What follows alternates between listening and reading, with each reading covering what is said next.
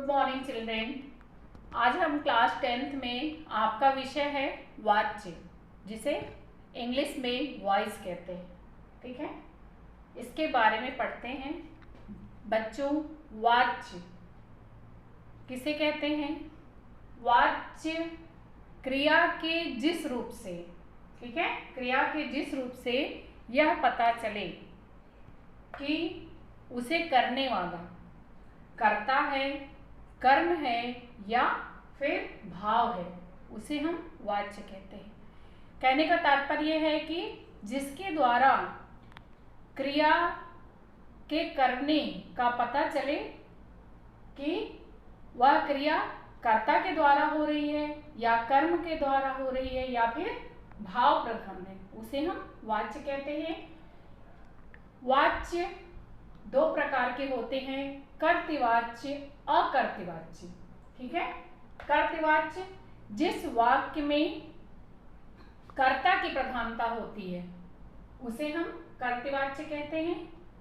इसमें क्रिया अकर्मक भी हो सकती है और सकर्मक भी हो सकती है। ठीक है, जैसे बच्चे खेल रहे हैं, ठीक है, शशि किताब पढ़ रही है, मैंने दूध पी लिया। अब इसमें देखिए सब में कर्ता, बच्चे, शशि और मैंने, तो ये क्या है? कर्तृवाच्य।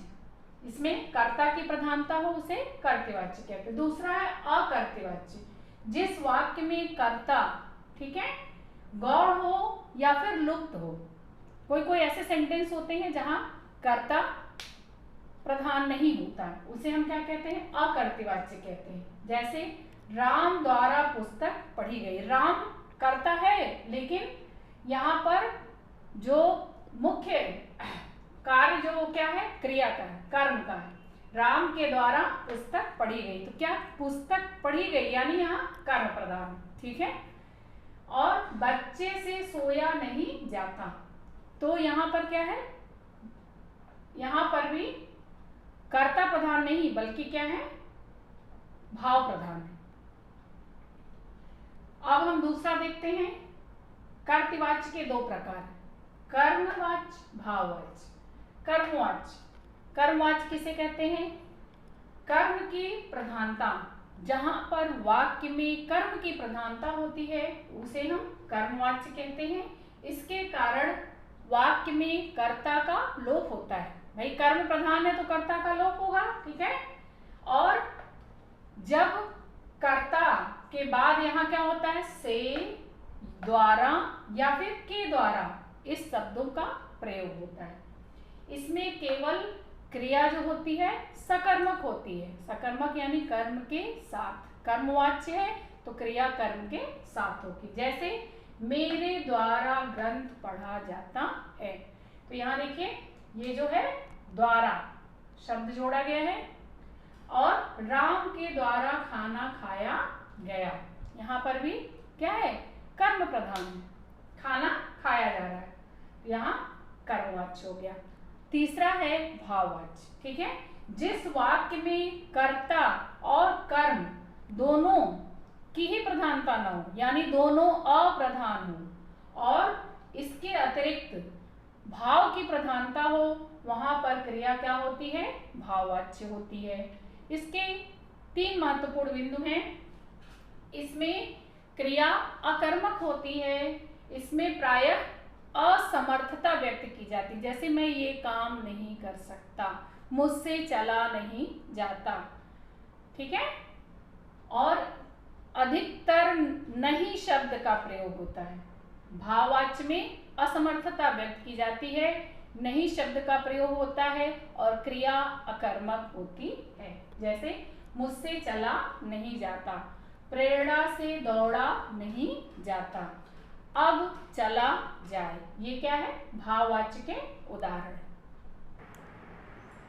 बच्चों, अभी हमने वाक्य के परिभाषा, वाक्य के भेद पढ़ा। अब हम ये बताते हैं कि वाक्य परिवर्तन किस प्रकार से करते हैं। सबसे पहले है कर्त से कर्मवाच्य बनाना। ठीक है, तो कर्त से कर्मवाच्य बनाने के कुछ नियम हैं। पहला नियम क्या है? कर्ता के साथ से द्वारा, के द्वारा ये लगाया जाता है। दूसरा, कर्ता का लोप होता है। जब हम कर्ता से कर्म में परिवर्तन करेंगे तो कर्ता का लोप हो जाएगा, और कर्ता के साथ यदि कोई विभक्ति लगी है, ठीक है, तो उसे भी हटा देंगे और उसके स्थान पर से द्वारा ये या के द्वारा ये लगा देंगे। प्रायः क्रियाओं में जा जोड़ा जाता है। प्रायः जो क्रियाएं होती है उसमें जा शब्द जोड़ा जाता है। अब हम देखते हैं कर्तृवाच्य से कर्मवाच्य में परिवर्तन। माँ ने कपड़े धोए, ये क्या है? कर्तृवाच्य है। अब हम जब कर्मवाच्य में परिवर्तित करेंगे तो माँ के द्वारा कपड़े धोए गए। यहाँ देखिए, ये देखिए द्वारा शब्द का प्रयोग हुआ है। रुचि गाना गाती है, ठीक है, तो कर्मवाच्य में जब परिवर्तन करेंगे तो रुचि से गाना गाया जाता है। तुम फूल तोड़ोगे, तुम्हारे द्वारा फूल तोड़े जाएंगे, ठीक है। अब हम आगे देखते हैं कर्तृवाच्य से भाववाच्य बनाना, ठीक है। इसके भी कुछ नियम हैं। कर्ता के साथ से जोड़ा जाता है। जब हम कर्तृवाच्य से भाववाच्य में परिवर्तन करेंगे तो कर्ता के साथ से जोड़ा जाएगा। क्रिया अन्य पुरुष पुल्लिंग एक वचन में होगी, ठीक है, और मुख्य क्रिया भूतकाल की क्रिया में बदल जाएगी। भाववाच्य में प्रायः असमर्थता व्यक्त की जाती है। असमर्थता मतलब हम ये कार्य नहीं कर सकते, ठीक है। भाववाच्य में सिर्फ क्रिया अकर्मक होती है। सॉरी, भाववाच्य में जो है कर्म कैसा होता है? अकर्मक होता है, ठीक है। अब हम देखते हैं कर्तृवाच्य से भाववाच्य बनाना। मैं नहीं चलता, ये आपका कर्तृवाच्य है। इसका भाववाच्य क्या है? मुझसे चला नहीं जाता, ठीक है। प्रेरणा दौड़ती है, तो जब भाववाच्य में परिवर्तित करेंगे क्या हो जाएगा? प्रेरणा से दौड़ा नहीं जाता, ठीक है। सुधीर छत पर कूदता है, सुधीर से छत पर कूदा जाता है। आगे देखिए पेपर फॉर्मेट। आपके प्रश्न पत्र में किस तरह से प्रश्न पूछे जाते हैं? कभी कभी जो है वाच्य का नाम लिखने के लिए आ जाएगा, ठीक है। जैसे मैं गा नहीं सकती, ठीक है, तो इसमें क्या होगा? इसमें हो जाएगा आपका भाववाच्य, ठीक है।